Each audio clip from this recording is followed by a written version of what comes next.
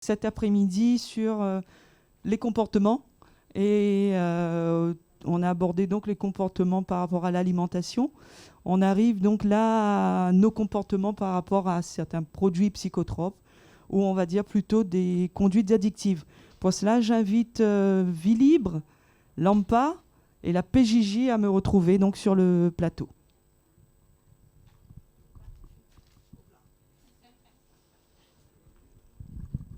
Installez-vous où vous voulez. Donc, bienvenue. On a également donc une autre personne qui va nous rejoindre. Installez-vous. Merci à vous d'être présent avec nous cet après-midi et également sur toute l'année pour reprendre un petit peu puisque vous êtes des partenaires avec qui on travaille également à l'année. Je vous laisse en fait vous présenter. On doit avoir un micro. Donc, c'est Monsieur Ringot qui l'a. Donc, présenter en résumé un peu votre association, la structure, les missions en fait que vous avez.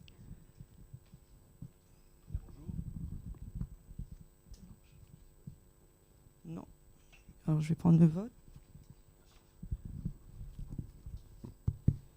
Oui, bonjour. Donc, Jérôme Ringot, éducateur à la protection judiciaire de la jeunesse, et mon collègue Richard Desrands qui travaillait effectivement pour la même administration. Donc, la protection judiciaire de la jeunesse, c'est une administration du ministère de la Justice, une des 3 administrations avec les services pénitentiaires et les services judiciaires, les magistrats, les greffiers, etc. au tribunal.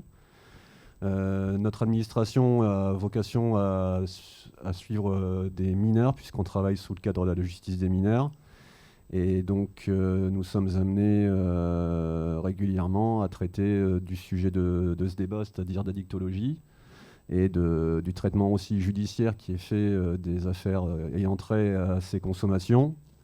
Je vais laisser M. Desrands dire un mot, et ensuite je vous présenterai certaines activités qu'on peut mener sur notre service, quelques exemples pour que vous compreniez mieux quelles actions on peut mener dans ce cadre-là.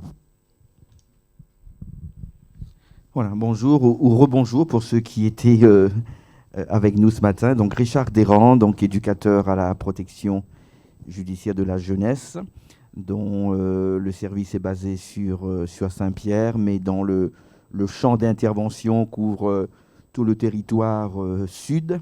Donc ça va de Trois-Bassins jusqu'à Saint-Philippe, en passant par bien sûr Saint-Joseph, les Hauts-de-l'Île, le Tampon, la Plaine des Cafres et la commune de Cilaos. En fait, c'est pratiquement le ressort du tribunal judiciaire de Saint-Pierre. Voilà, donc notre mission, c'est effectivement l'accompagnement des jeunes sous mandat judiciaire, c'est l'aide à la décision en direction des magistrats avant de statuer concernant le jugement d'un jeune mis en cause, mis en examen et en attente de jugement.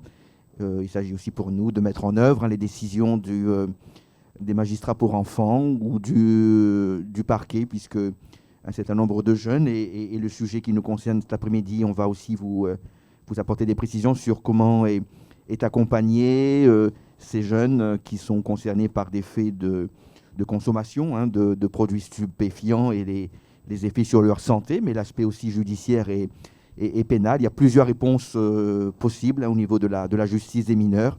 Donc nous, notre service est en charge de mettre en œuvre ces décisions.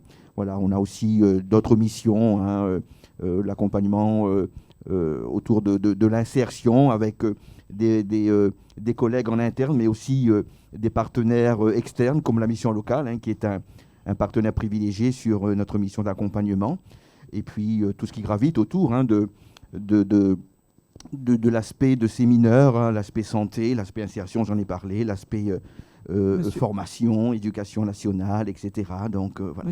Donc une mission assez large. Oui, voilà, merci. En fait, on va dire qu'on va déjà faire un tour pour présenter, pour ensuite, après, développer les missions des structures de chacun.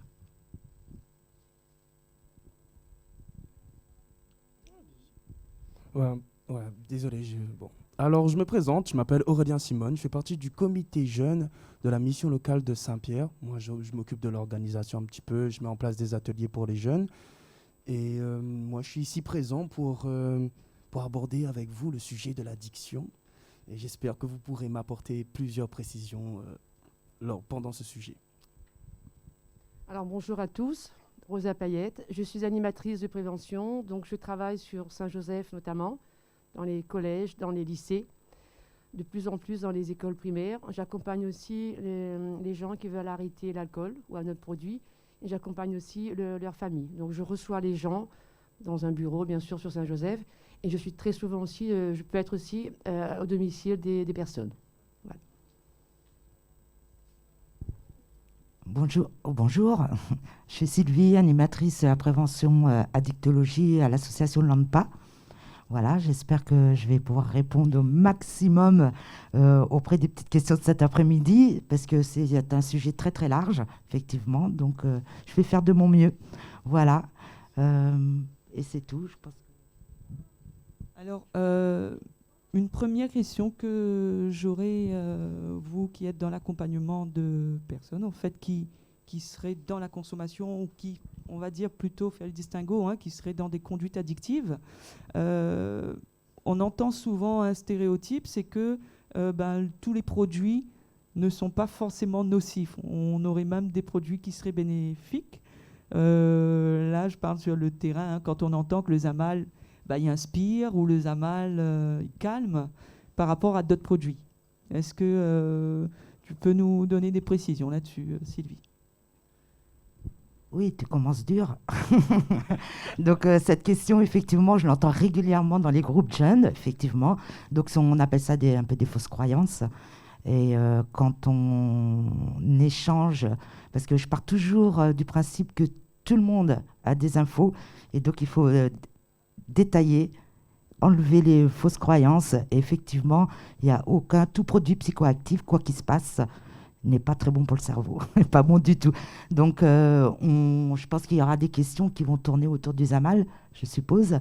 Voilà, donc on pourra peut-être approfondir par la suite, parce que en grande envergure comme ça, psychoactif dit pas très bon pour le cerveau. Donc, quoi qu'il se passe. D'accord, je rebondis sur votre réponse. Juste une petite question, à quel moment on peut dire qu'un jeune ou autre est addict ? À quel moment on peut dire qu'une personne est addicte, peu importe le produit ? Très bonne question. Alors souvent, tout le monde a la réponse. Souvent, je dis, je t'enlève ton paquet de cigarettes, là, tu vas réagir comment ? Donc, à partir du moment quand on enlève le produit ou qu'on n'a plus le produit, qu'il y a une réaction un peu négative dans les gestions des émotions, ça prouve quand même qu'il faut se poser un peu la question. D'accord ? Donc, tout produit psychoactif, quand on l'enlève et que ce n'est pas accompagné ou est-ce que ce n'est pas réfléchi en amont, oui, là, on se rend compte qu'on peut avoir des problématiques par la suite. Donc, en état de manque, alors après, ça dépend ce que c'est, de la nicotine, du THC, voilà. Mais en fonction de cela, c'est un accompagnement individuel. Et à partir du moment qu'on enlève ton produit et que ça te met dans une situation difficile, dis-toi qu'on peut se poser la question d'une addiction. D'accord, merci. Et moi, je rajoute, quand on ne peut plus s'en passer du produit. Là aussi, le danger, il est là, quel que soit le produit. Et juste pour répondre aux Zamal, Madame disait par rapport aux Zamal, moi je vais rajouter aussi, c'est un produit quand même qui est illicite en France. Et ça, je pense qu'on a un petit peu tendance à oublier. C'est partout, c'est connu, mais pour l'instant, ni vous ni moi, nous n'avons le droit d'en planter. Donc si je peux me permettre, sur l'aspect légal de la chose, actuellement en France, je parle sous couvert, parce que pour ce qui est de l'addiction, vous avez un meilleur discours que le mien. Par contre, au niveau légal, c'est-à-dire ce qui est décidé par l'État, qui nous représente, il y a à peu près 200 substances psychoactives qui sont classées comme stupéfiants. Et ce qui est indiqué au niveau légal de ce classement comme stupéfiant, c'est pas pour les amendes, c'est pas pour etc. C'est pour la santé publique et pour éviter la libre circulation de ces produits sur le territoire. C'est les deux faits qui font que ces produits stupéfiants peuvent amener à des poursuites judiciaires. Alors, moi, j'en profite. Peut-être la question peut paraître un petit peu déplacée. Pour aborder le sujet du Zamal, vu que je vois que c'est un sujet assez impactant sur les jeunes à l'heure d'aujourd'hui, un peu pour tous les jeunes. Pour moi, en tant que jeune, je vois que la plupart des personnes qui abordent ce sujet-là n'en ont jamais consommé. Et dans certains pays, c'est aussi à caractère thérapeutique. C'est-à-dire que certaines personnes qui ont des difficultés chroniques ou autres, ils consomment ça pour être mieux. Après, je ne dis pas que c'est une solution, qu'il faut absolument tout consommer, mais comment peut-on en parler et mettre un mot précis là-dessus sans forcément le consommer? C'est-à-dire comment le bannir sans que les autres personnes ne l'ont pas testé, mais comment on peut dire non sans avoir goûté? Après, c'est un peu comme tous les jeunes aujourd'hui pensent ça. Ils disent jamais non à quelque chose sans forcément avoir goûté et sans s'être fait sa propre expérience. Du coup, le fait que l'ensemble du monde nous dit non, mais que l'ensemble du monde n'a pas goûté, comment on peut croire en ce qu'ils disent? Oui.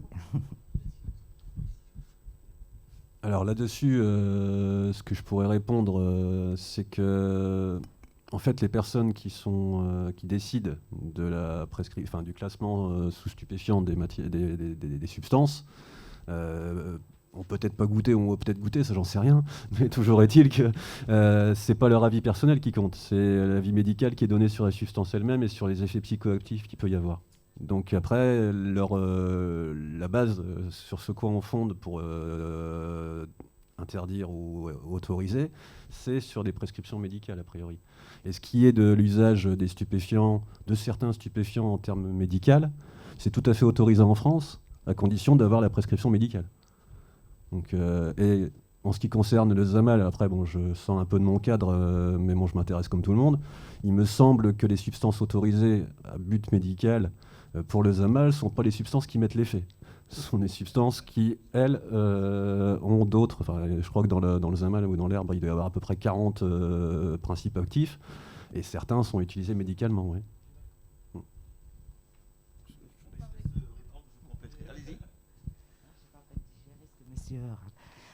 Oui, alors après, oui, effectivement, il faut profiter aussi, parce que nous, à l'AMPA, on intervient dans toutes les structures, à peu près, publiques ou associatives, donc, dont la mission locale. Et c'est vraiment, quand tu dis une première expérience, ou des jeunes qui n'ont pas eu cette première expérience, on a tous été jeunes, on va tous, c'est ce que je dis à tout le monde, c'est qu'à un moment, parents ne sont pas toujours là, et le jeune va rencontrer un produit. Moi, mon travail, c'est vraiment d'expliquer comment apporter ce produit quand tu vas le rencontrer, ce premier produit. C'est comment toi tu es avant tout dans ta tête, comment ta vie elle est. Ça c'est important, il faut toujours conscientiser les choses, c'est-à-dire est-ce que c'est vraiment le moment? Ça c'est pour le premier rencontre, parce que quoi qu'il se passe, on est en bande, et quand on propose, surtout le Zamal, on sait bien qu'il y en a un petit peu partout sur l'île, et que la présentation du produit va être rapide.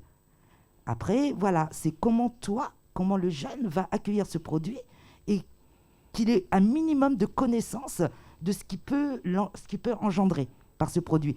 Donc c'est grâce aux interventions de l'ANPA et de la Casoté, parce qu'on est plusieurs aussi à travailler sur ce territoire, de faire de la prévention. La prévention, ce n'est pas de la prévention primaire aujourd'hui. On ne dit pas le Zamal n'est pas bon. Non, c'est comment toi, en tant qu'individu, en tant que jeune majeur, certainement, tu vas accueillir ce produit et comment tu vas dire non ou tu vas dire oui, mais avec toutes les conséquences derrière. Donc, c'est de préparer la jeunesse réunionnaise en disant, voilà, quoi qu'il se passe, tu vas le rencontrer, ce produit. C'est comment ton attitude et comment tu vas l'accueillir. Donc, ça, on travaille beaucoup là-dessus. Donc, ça, c'est important. Donc, ça, c'est du travail de groupe, c'est du travail de pairs, de jeunes, pour justement se trouver des solutions et de voir comment mon attitude va jouer face au produit. Voilà. Je voulais apporter une précision, mais sur l'aspect judiciaire, légal.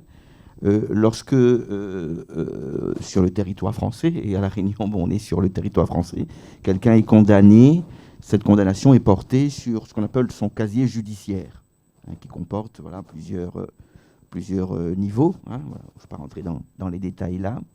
Et lorsque quelqu'un consomme un produit stupéfiant, que ce soit du cannabis ou du Zamal, comme on dit chez nous, ou d'autres produits classés comme stupéfiants, ce n'est pas précisé sur le casier judiciaire qu'il n'a consommé, si je peux me permettre, que du Zamal ou du cannabis. c'est une infraction relative à la législation sur les stupéfiants, et c'est comme cela que c'est précisé sur le casier judiciaire. Infraction sur la législation relative aux stupéfiants. Et c'est pas précisé, bon, ben celui-là ou celle-là, il n'a consommé qu'un joint ou deux, des choses comme ça. Ouais. Donc, alors après, dans la réponse pénale, effectivement, le tribunal ou le magistrat apprécie le produit, le contexte, la personnalité, des choses comme cela. Mais si on va sur l'aspect quasi judiciaire, ce n'est pas précisé que monsieur Intel ou madame Intel a été condamné pour avoir consommé du Zamal. Hein. Donc c'est plus précis que cela et en même temps c'est un peu plus large que ça également. On a commencé effectivement sur le Zamal comme produit. Quand on évoque les addictions, c'est aussi l'alcool, Rosa. Est-ce que les personnes que vous rencontrez, que vous accueillez à Vie Libre, c'est principalement sur une forme d'addiction ou il peut y avoir plusieurs addictions à plusieurs produits en même temps? Les deux. On va dire qu'on rencontre autant des gens qui ont un problème avec l'alcool, d'autres qui ont les deux, et d'autres qui, même si le problème est déjà là, ils sont dans le déni. C'est-à-dire que notre travail, ce sera d'accompagner la personne vraiment pour qu'on en parle. Déjà, nous, contrairement à l'AMPA et au réseau OT, Vie Libre est une association qui lutte contre les addictions, bien sûr, mais on n'est pas des médecins. Nous, notre travail, on va orienter les gens et notre travail à nous, ce sera d'écouter, d'être la personne. J'en ai sorti quand même quelques-uns, je suis fière de le dire, de l'alcool. C'est que cette personne-là ne voulait plus justement aller voir un médecin. Donc elle est venue et Vie Libre a été créée par une femme, pas derrière un bureau, mais par une femme qui s'appelle Germaine et qui a été une malade alcoolique. Elle a vécu la maladie, comme disait ce jeune-là. En fait, dans Vie Libre, excepté quelques-uns, la plupart des animateurs sont des gens qui ont vécu la maladie alcoolique. Et qui mieux qu'un alcoolique va pouvoir en parler? Bon, j'en suis pas. Mais souvent, d'ailleurs, je me demandais la question, mais est-ce que je vais pas goûter pour pouvoir vraiment répondre à cette question? Non, j'ai pas eu besoin. Et donc, en formation, on a été, nous, vraiment mis avec des gens qui ont eu ce problème d'alcool. Après, au départ, Vie Libre, c'était que vraiment aider les gens avec l'alcool. Aujourd'hui, nous, on a eu d'autres formations sur le Zamal, la cigarette. Aujourd'hui, je parle beaucoup des écrans, qui sont autant des facteurs d'addiction. Le sucre, qui malheureusement est partout aujourd'hui. Et quand je travaille avec les élèves, je vais faire un tableau avec, aujourd'hui, qu'est-ce qu'un jeune, si je lui demande la question, t'addict à quoi? C'est 80%, c'est le téléphone. Et après, c'est les jeux vidéo. Et après, je fais la liste, mes 3T entre la tablette, la télé, et ainsi de suite. Et on rejoint l'autre colonne avec alcool, Zamal, d'autres produits qui existent. Mais c'est vrai que l'alcool a toujours existé. On ne pourra pas nier, on ne pourra pas lutter contre, ça ne sert à rien de toute façon. Mais après, accompagner, expliquer pourquoi. Ça, c'est notre travail. Après, nous, on va passer le relais à des médecins. On ne sera jamais des médecins, je le répète encore une fois. Mais c'est vrai que dans les écoles, je reste persuadée que la meilleure chose à faire, c'est faire encore et encore de la prévention. Moi, mon travail, c'est rendre aux jeunes, c'est ce que je leur dis, acteurs de leur santé. Pour que justement, cette santé-là, c'est lui qui en est responsable. Ce n'est pas ses parents. Hein. Je dis aux jeunes, pour moi, le corps humain, c'est la plus belle machine qu'il y a au monde. Personne ne pourra le remplacer. Une maman, elle a mis au monde son enfant. Avec tout l'amour qu'elle aura, elle ne pourra jamais remplacer quoi que ce soit. Mais mon travail, c'est de dire aux jeunes, voilà, ta santé, c'est toi. Tu es responsable. Maintenant, je te donne des pistes. Après, maintenant, qu'est-ce que tu en décides? Je ne pourrai pas décider à ta place, mais par contre, je peux t'accompagner. Et après, surtout, ne pas être dans le jugement. Le jeune, je pense qu'il y a beaucoup de souffrance. Dans les familles, c'est pareil. Je te remercie, Rosa. On me fait signe qu'il y a une question.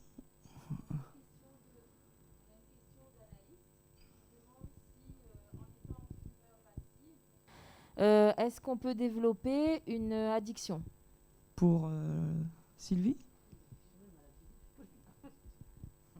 Oui, alors passif, c'est-à-dire que vivre avec quelqu'un qui fume, par exemple, c'est ça? Donc oui, donc la personne ne va pas être addicte, mais risquera d'avoir des problèmes de santé. D'accord?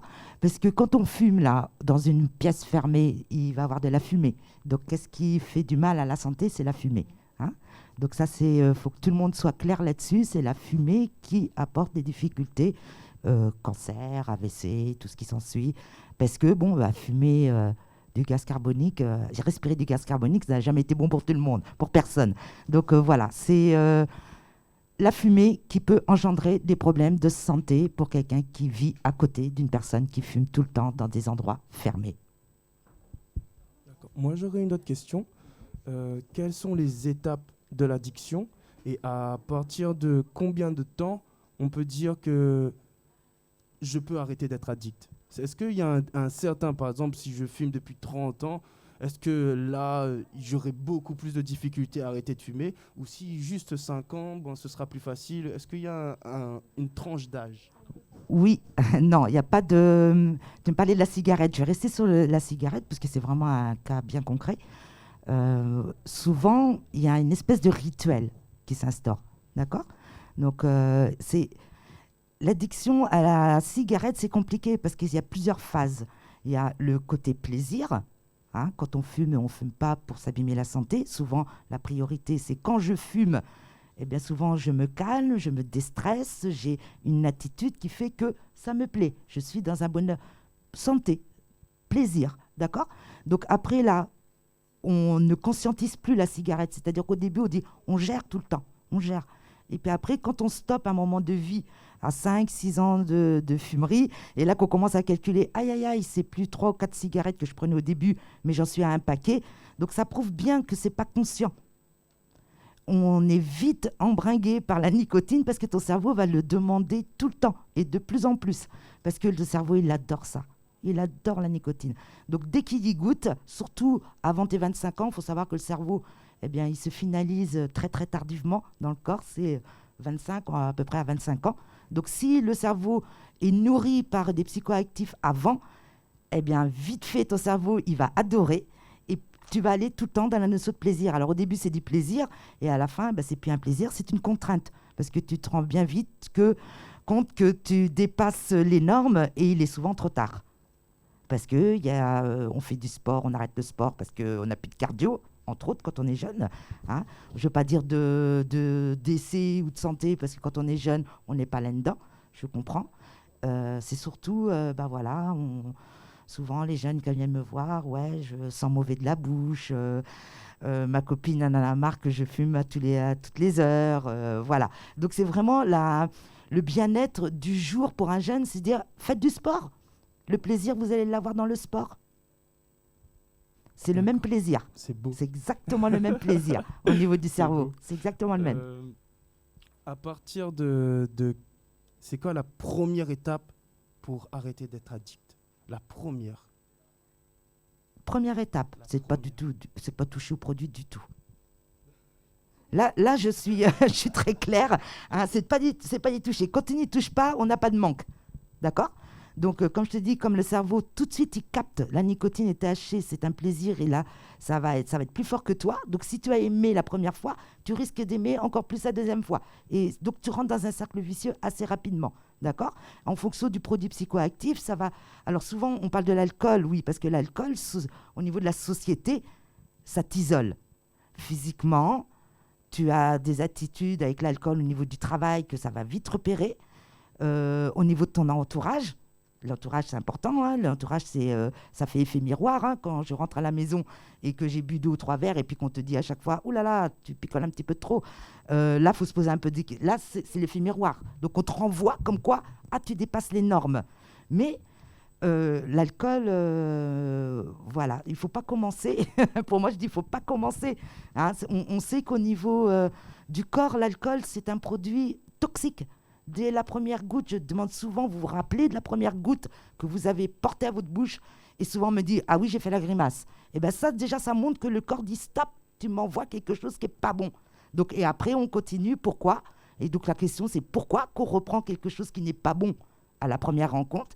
C'est parce que dans nos vies, dans nos familles, on voit l'alcool gai, souvent. Souvent, quand on est gamin, on voit souvent l'alcool gai. Le week-end, les pique-niques, mais le côté violence qui peut venir dans les intrafamiliales, où les dérives arrivent beaucoup plus tard. Et quand on est marmaille, souvent on est couché avant. Hein, et on ne fait pas le rapprochement alcool-violence. L'alcool, c'est toujours bon, c'est toujours la fête, voilà. Donc on est éduqué un peu comme l'alcool fait partie de notre environnement. C'est ça le piège, c'est ça le piège. Le champomis fait partie de quelque chose qu'on te dit, tous les ans, on fête ton anniversaire avec une bouteille de champomis. Mais quelque part, on te dit, attends, à tes 18 ans, tu vas avoir ta bouteille de champagne. Donc quelque part, la famille apporte l'alcool régulièrement. Donc voilà, donc c'est à vous, c'est à nous, c'est notre travail et c'est aussi à vous les jeunes de discuter de ça, parce que rien n'est tabou. Donc il faut en discuter, il faut trouver ses propres solutions et franchement, on les trouve ces solutions, on les trouve. Oui. Juste dire comment tester. Moi, je conseille souvent aux familles ou aux jeunes, voilà, quel que soit le produit, de tester 4 jours. Si tu n'es pas en manque, c'est bon. Mais si là, c'est bon, hein, tu vas vider tes tiroirs, tu vas faire tout ce que tu peux imaginer pour avoir le produit, le souci est déjà là. Oui, simplement, même si c'est moins notre domaine, puisque nous, on est plus sur le judiciaire. Mais j'ajouterais quand même que dans le cadre judiciaire, la volonté de la nation, de l'État, c'est pas forcément de mettre les gens en prison au départ. Donc, nous, dans notre travail, on est amené à mettre en place des alternatives à des poursuites pour des personnes qui se seraient fait arrêter avec du ZAMAL. Voilà. Bon, aujourd'hui, il y a des nouvelles lois avec l'amende forfaitaire, tout ça, etc.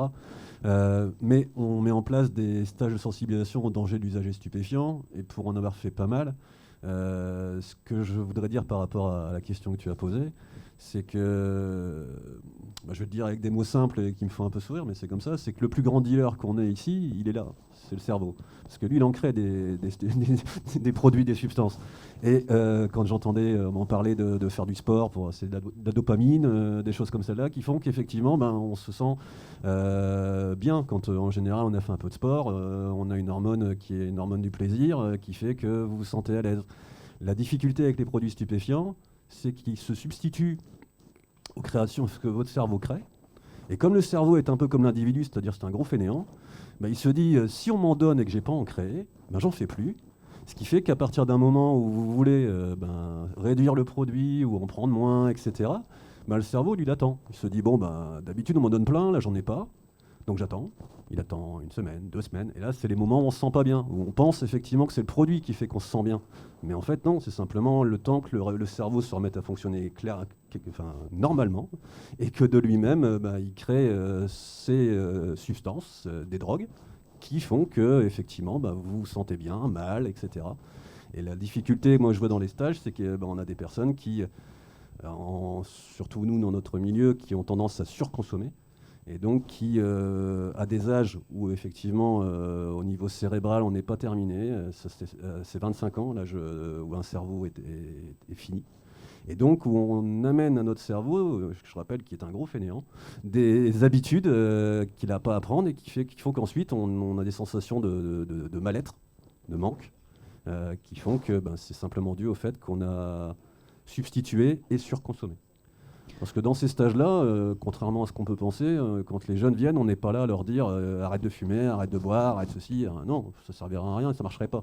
L'intérêt, c'est que chacun puisse arriver à maîtriser sa consommation et donc pas devenir. Il y a eu dans les tribunaux, il y avait des affiches avec un jeune qui avait des chaînes parce qu'il était l'esclave de ce produit.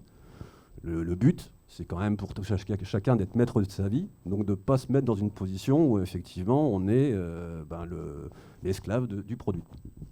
Ce qu'on peut retenir, Monsieur Ringot et Madame Soutier évoquaient le fait qu'à l'origine, c'est une recherche de plaisir. Et de plaisir ou chercher à penser en fait quelque chose, penser PA. Hein. Et moi, ma question, c'est est-ce qu'il existerait une addiction, mais sans le produit, sans produit. Quelle forme, est-ce qu'il existe d'autres formes d'addiction sans produit? Il y en a plein. La famille, le sport, voilà. Y a pas... Et surtout que nous, on arrive à démontrer que pas besoin d'alcool pour s'amuser, pas besoin de ZAMAL, pas besoin d'autres produits. Il faut être soi, il faut avoir confiance en soi. Voilà. Je fais la faux folle, j'ai vraiment pas besoin d'alcool. Hein. Et je m'amuse, voilà. C'est comme ça. Et après, aujourd'hui, les jeunes, je pense que certains, c'est même pas qu'ils ont envie, ils ont été entraînés. Et dans mes interventions, 80% des jeunes ont goûté de l'alcool, mais dans le milieu familial. C'est pas que les parents ont donné à boire comme ça, c'est que le jeune a voulu goûter, Madame disait tout à l'heure, certains ont aimé, la première chose qui va dire le cerveau, voilà, l'euphorie, je m'amuse. Certains ont fait la grimace. Donc tout va dépendre de ça, dans quel milieu. Goûter, on ne va pas interdire aux jeunes, ça ne sert à rien. Mais après, certains vont aimer, d'autres pas. Mais surtout leur dire qu'on peut s'amuser, qu'on peut faire plein de choses sans alcool, sans produits. Vous êtes assez intelligent pour ça.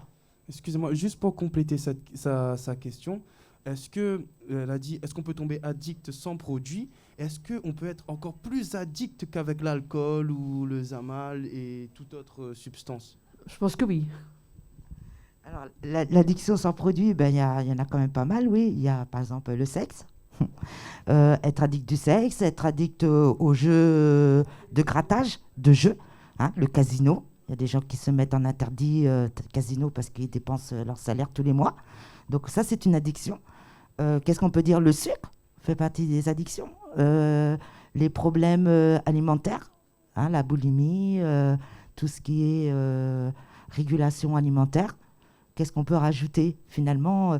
Tout ce qui est plaisir, le sport peut devenir une addiction. Souvent, des personnes arrêtent une addiction de produits psychoactifs qui se mettent dans le sport pour justement combler ou échanger d'addiction et ils deviennent addicts du sport. Alors après, les conséquences, elles sont moindres, certes, mais n'empêche qu'au niveau familial, quand on passe toute la journée à la salle de sport et qu'on ne rentre plus à la maison parce qu'on est vraiment camp de sport tout le temps, il peut avoir des conséquences familiales autres. Mais voilà, il faut savoir jouer entre plaisir plus, plaisir moins. Voilà, c'est une gestion de vie du quotidien. Et je dirais surtout pour les jeunes, c'est quand on a 20 ans, je comprends, hein, il y a des difficultés sociétales, hein, le travail, le Covid actuellement, l'école, des fois des échecs scolaires. Donc il y a un mal-être qui s'instaure depuis quelques années. L'adolescence, des fois, est très compliquée. Des fois, on n'a pas la famille qu'on aurait souhaité, qui a des difficultés aussi familiales. Donc il y a tout un accompagnement quand on commence à toucher aux produits qui peut être pas très long, mais intensif, et vraiment de se dire comment je peux retrouver ma motivation autrement. Justement, cette sensation de plaisir, la retrouver ailleurs. Et ça, on peut être que accompagné. Hein, vous avez à la mission locale, je pense qu'il y a des référents pour cela. Il y a du relais à l'ANPA, il y a du relais au niveau des éducateurs, de rue. Voilà, tous les travailleurs sociaux, ils doivent avoir ce relais des addictions, avoir le regard et ne pas juger, pas de jugement, que de la bienveillance. On essaie, et vraiment de l'accompagnement à réfléchir sur soi, et normalement, on s'en sort.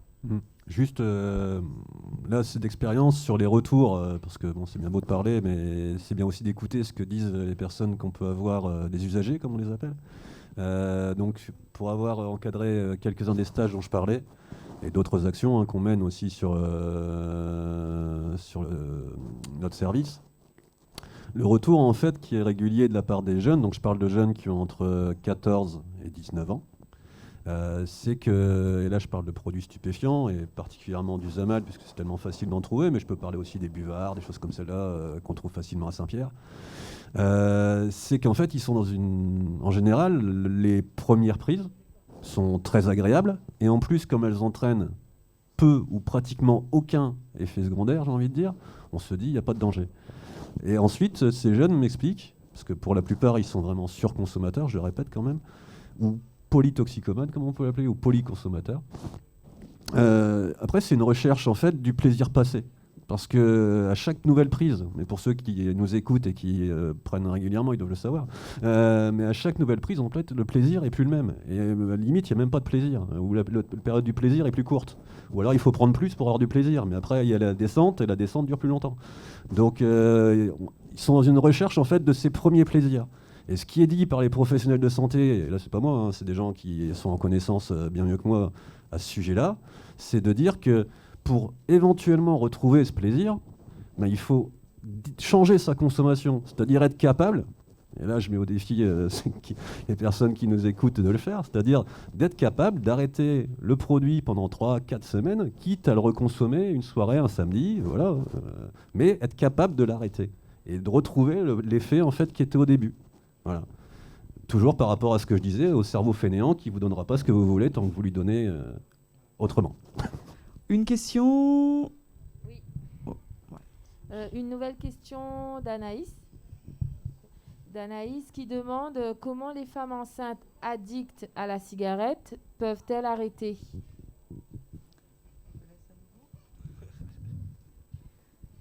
Alors, je ne peux pas répondre comme ça. Je ne suis pas une professionnelle de la santé. Après, bonjour Anaïs. Au niveau de la prévention, femmes enceintes, alcool, zéro alcool, ça c'est sûr. Je le dis régulièrement auprès de la population que je rencontre. Zéro alcool quand on est enceinte, que ce soit papa ou maman, hein, le futur parent. Au niveau du tabac, eh bien, après, ils peuvent aller dans un centre addictologie pour se faire accompagner. Ça, c'est sûr qu'il y a des mises en place, soit du patch, soit de la cigarette électronique, voilà, dans la réduction des risques et des dommages. Et ça peut être suivi que par un médecin addictologue et infirmier addictologue. Donc, dans l'Exapa, oui, on suit les personnes, les petites dames qui sont enceintes et qui ont envie d'arrêter la cigarette. Mais en tout cas, j'insiste vraiment sur l'alcool aussi. Aucun goutte d'alcool au moment de la grossesse. Alors après, si c'est bien prévu avant la grossesse, c'est bien qu'à 2, on se dise on est 9 mois sans prendre une seule goutte. Comme ça, au moins, on aura le plus beau bébé du monde, sans problème. On évoquait en fait toujours les addictions avec produits. Moi, je reviens également sur une question qu'on aurait. Vu l'usage des jeux vidéo, de tout ce qui est réseau, est-ce que le processus d'addiction, cette dépendance-là qu'on a au niveau de l'alcool, s'apparente à la même dépendance des jeux vidéo ou les réseaux? Voilà. Oui, c'est exactement. C'est les mêmes comportements. C'est les mêmes comportements. Après, le côté psychoactif, je ne pourrais pas dire beaucoup, mais dans le comportement, oui. C'est-à-dire qu'à un moment, on se crée une bulle, on s'en va et on va dans un monde virtuel. Donc là, c'est vraiment un accompagnement que les parents ils doivent un peu s'inquiéter quand il y a justement une réaction quand on est à Internet ou quand on oublie d'aller manger ou on ne veut plus aller manger en repas de famille parce qu'on est enfermé dans la chambre. Là, je pense que les parents, il faut qu'ils s'inquiètent, mais au moins qu'ils aillent consulter, voir un médecin addictologue en précisant ce qui se passe. Et donc là, s'il y a un petit accompagnement pour le jeune, pour qu'il puisse se décoller, parce que là, il y a vraiment... le cerveau, il est connecté avec la machine et tout l'environnement, il ne voit plus. Donc, il passe à côté de la relation humaine et finalement, c'est de l'isolement. Et l'isolement n'est pas bon. Là, on parle de repérage par les parents, mais la personne elle-même, à quel moment elle devrait s'inquiéter? Elle ne voit pas. Elle ne voit Ce sera pas. l'environnement en fait qui est très compliqué. C'est vraiment de l'isolement. On se met dans une bulle. Il y a des jeunes qui vont jusqu'à faire pipi dans une bouteille vide dans la chambre parce qu'ils ne veulent même pas arrêter pour ne pas aller aux toilettes. Rien que le fait d'aller aux toilettes, ce n'est pas possible, quoi. Donc là, il y a un questionnement, oui. Il y a un questionnement profond. Et là, c'est l'entourage qui doit faire une démarche. L'entourage qui va consulter et qui sera bien accueilli pour que justement on puisse accompagner la personne qui est dans ces jeux vidéo. Voilà, donc il y a toute une prise en charge, entourage plus la personne. Oui, aujourd'hui, dans les lycées, dans les collèges, enfin même pas dans les lycées, dans les collèges, de plus en plus, ce sont des jeunes, quand on parle d'addiction, c'est le téléphone, les jeux vidéo, mais de plus en plus. En fait, on est en train de créer aussi une séparation, je dirais un fossé entre les parents et les enfants. Les enfants, mais les jeunes me disent, pas les enfants, les jeunes m'expliquaient que leur vie, c'est ça, ils sont tellement bien avec leur téléphone, leurs jeux vidéo, et ainsi de suite, qu'ils mangent dans la chambre, qu'ils vivent.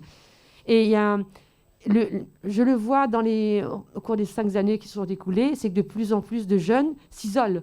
C'est vraiment leur bulle, c'est le monde virtuel. Et les élèves de 6e, 5e, pour moi, sont presque plus touchés que les 3e par rapport à tout ce qui dit jeux vidéo, téléphone, et ainsi de suite. C'est vraiment leur monde et ils mangent, ils sont ensemble. Et pour eux, c'est leur vie privée. Et là aussi, je pense qu'il y a un souci à se faire. Il faut aussi que les parents, pas un souci, mais que les parents s'intéressent. Les parents, ils sont un peu largués aussi, les parents, il faut le dire aussi, parce que les jeunes, maintenant, ils sont beaucoup plus doués que les parents sur tout ce qui est numérique.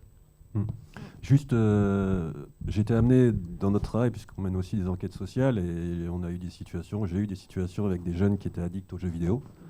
De mémoire, il me semble que 3 à 4 heures d'utilisation d'écran par jour, on est dans l'addiction. Donc chacun fera son compte. Sachant que par jour, ça veut dire en moyenne, donc il faut compter aussi le week-end. Donc, il y avait ce petit point. Mais moi, je donnerais aussi un autre point, c'est que j'avais participé à l'Université du Tampon à des conférences à ce sujet. Là, j'entends, on dit, oui, les jeunes s'enferment, les jeunes, etc. Effectivement, mais moi, je vais un petit peu plus loin. C'est que là, je parle aux futurs parents, aux parents. C'est qu'on dit les jeunes s'enferment, mais effectivement, quand on a des enfants et que plutôt que de s'occuper un peu d'eux ou quand ça crie, plutôt que de donner la tablette ou voilà, le téléphone pour jouer, ça tout le monde le voit, il y a des âges pour avoir l'accès à ces différents produits qui sont pour un enfant, avoir un téléphone à 2 ans dans les mains, c'est pas naturel. Et donc, quand on dit les jeunes s'enferment, moi j'ai envie de dire qu'on les enferme surtout. Et après, certains restent enfermés, d'autres trouvent des biais pour s'en sortir et aller un peu vers l'extérieur. Je dis pas que faire un tournoi de FIFA ou jouer à pendant tout un week-end, c'est pas bien grave. Mais quand ça se répète tout le temps, et qu'au final on se désocialise, effectivement, la personne, elle est victime avant tout. Mais elle est aussi victime, et je le vois de plus en plus actuellement, en tant que citoyen aussi, hein. Elle est aussi victime du fait qu'on est dans une société où ces écrans sont des subsides et permettent aussi aux parents de temps en temps de lâcher un peu la bride en disant tiens, voilà, amuse-toi. Ce qui n'est pas forcément une bonne décision.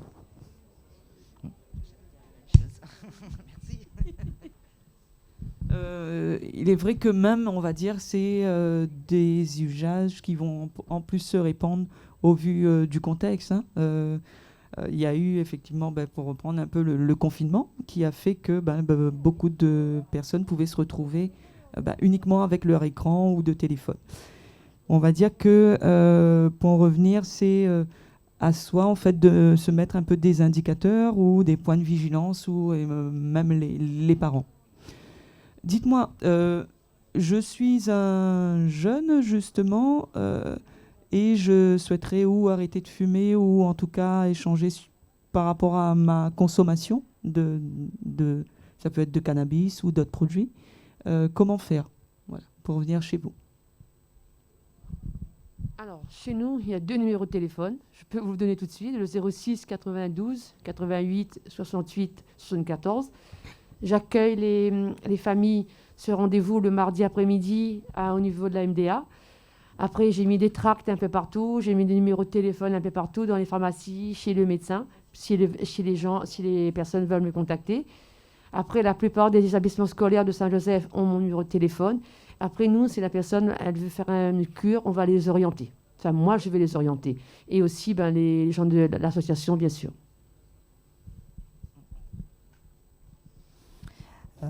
Alors, nous, il y a l'ANPA qui a 4 XAPA, 4,5 on va dire, nord, sud, ouest, est. Dans l'ouest, il y en a 2. Il y a une antenne au port et le XAPA de Saint-Paul. On a un Facebook, donc là, pour les jeunes, je pense que c'est vraiment le biais d'entrée assez facile.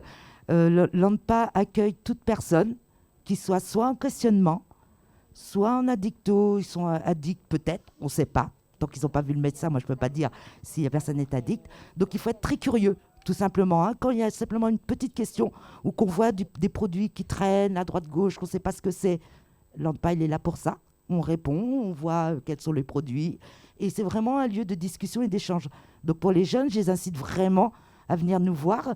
Et on a des consultations de jeunes consommateurs aussi, qui est un accueil fait par des éducateurs addictos qui sont dans l'Exapa tous les mercredis. Mais un jeune qui pousse la porte entre 9h et 16h au XAPA, il sera accueilli prioritairement. D'accord ? Donc il faut, parce que voilà, c'est le moment d'en parler. Donc il faut pousser la porte, c'est ce qu'il y a de plus difficile, je sais. Mais on n'est pas dans l'arrêt obligatoire. Il faut savoir que la réduction des risques, ça et des dommages, c'est très très important. Ça évite, on va dire, de mettre les personnes des fois en grande difficulté. C'est-à-dire qu'il y a des moments dans la vie, le produit, il va aider avec une petite tristement qui va aider à avancer. Et il y a des moments de vie où on ne peut pas l'enlever le produit. Donc on va essayer d'accompagner la personne avec des outils différents pour éviter pour amoindrir les problèmes de santé. La cigarette électronique en fait partie, la vapote Zamal en fait partie, tout ce qui s'ensuit, réduction des risques, les préservatifs, les éthylotests, il y a tous les outils au XAPA. Donc il faut vraiment pousser la porte, venir, échanger, discuter, sans pour ça se dire je suis un addict. D'accord ? Donc ça, c'est vraiment enlever ce mot qui peut être tabou, qui peut être jugeant. On n'est vraiment pas là-dessus. On est vraiment dans les échanges et chacun trouve sa solution. Je pars du principe que chacun peut trouver sa solution. Avec un accompagnement, voilà. On construit sa route et on construit sa santé. Et personne ne peut le faire à la place de qui que ce soit. Voilà. Alors c'est vrai qu'à notre niveau, au niveau de la justice des mineurs, de la protection judiciaire de la jeunesse, puisqu'on a ce champ-là, c'est vrai qu'un des outils qu'on utilise, pour le coup, un des leviers du moins, c'est des décisions de justice. Hein.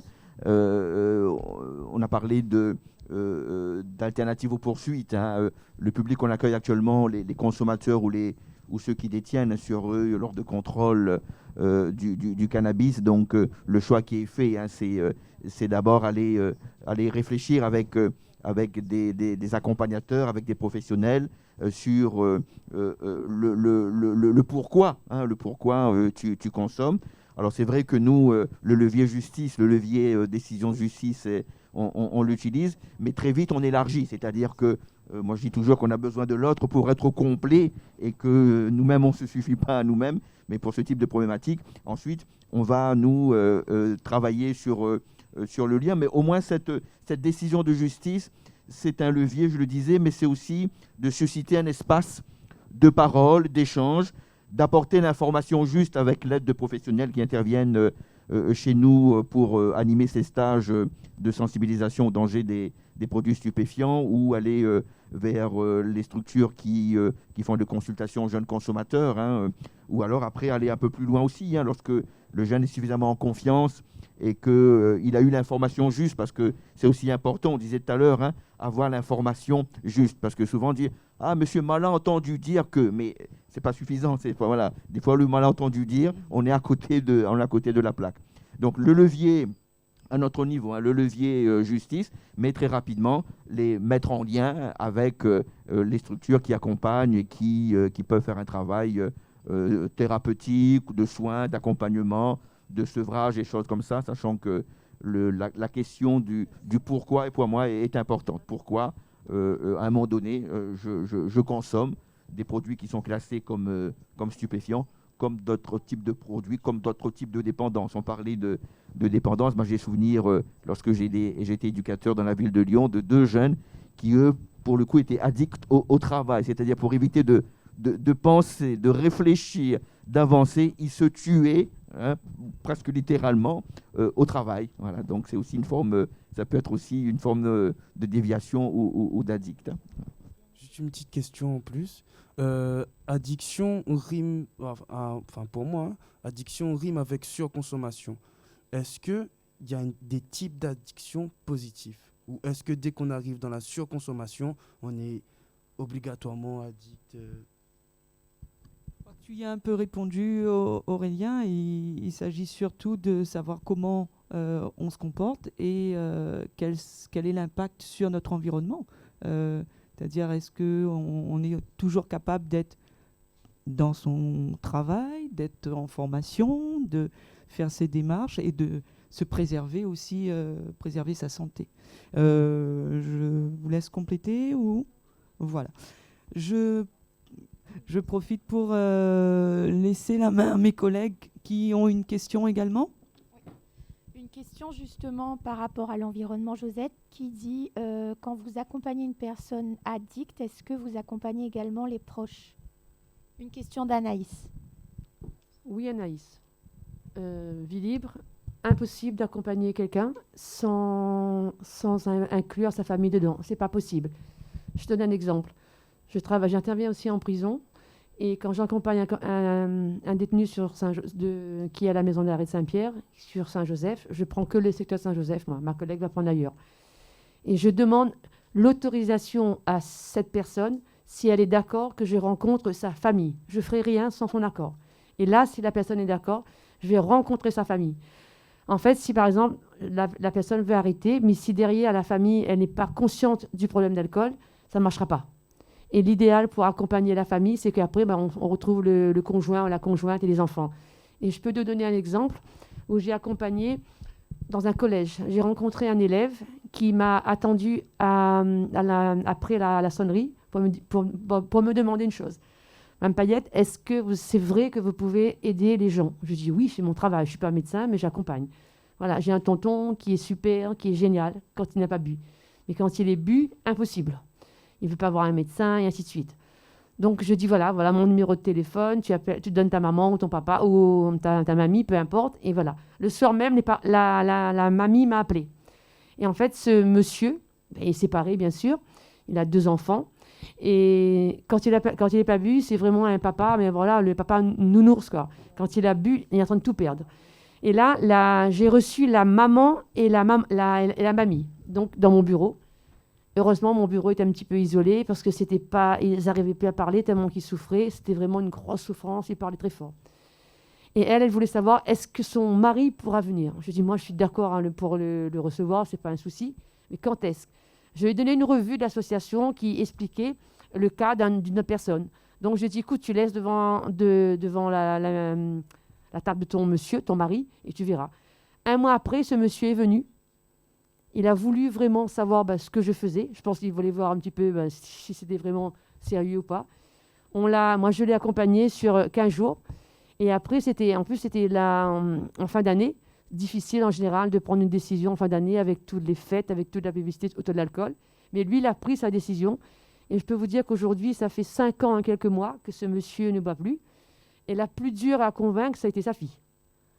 Voilà, elle voulait me dire, mais c'est pas possible que mon papa va rester un alcoolique. Non, aujourd'hui, pour nous, son papa, il est sorti de l'alcool, il ne consomme plus une seule goutte. Mais c'est vrai, par contre, elle le voit un petit peu moins parce qu'il s'est beaucoup remis au travail. Voilà, donc ça peut arriver.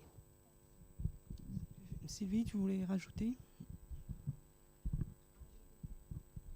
Oui, donc l'entourage, c'est primordial, effectivement, parce que souvent, les personnes, même que ce soit l'alcool ou peu importe le produit, surtout l'alcool, parce que c'est vraiment une vraie particularité où est-ce que dans l'Hexapa, c'est ce qu'on rencontre vraiment le plus, le problème alcool. Et si la famille, des fois, le problème de l'alcool, c'est souvent, elle est reconnue une fois que la personne, elle est vraiment dans une notion alcoolique haute, c'est-à-dire perte de travail, où madame ou monsieur part, c'est l'explosion familiale. Mais pendant tout ce temps, ça a pris des années. C'est une addiction interne familiale qui a pris des années dans la mise en place. Et souvent, il y a de la rancœur, il y a plein de souffrances de cœur, on va dire. Hein. Donc souvent, l'entourage, il n'est pas aidant s'il n'est pas accompagné. Donc si on prend la personne addicte en accompagnement, l'entourage, bien sûr que oui. Parce que souvent, on entend des personnes qui disent « oui, ça fait, il n'a pas de motivation ». On est plutôt dans le jugement. Et ce n'est pas le moment de juger la personne quand elle est dans les addictions. Donc, on apprend à mettre des mots aux personnes de l'entourage pour justement qu'ils soient aidants et accompagnants et pas jugeants et mettre la tête plus basse qu'elle ne l'est. On retient que c'est réellement un accompagnement particulier à mettre en place. Effectivement, la PJJ nous disait, bien qu'il soit dans le cadre judiciaire, c'est un accompagnement de la personne dans une bienveillance et dans le non-jugement. Je vais devoir conclure. Je vous remercie les partenaires d'avoir été présents.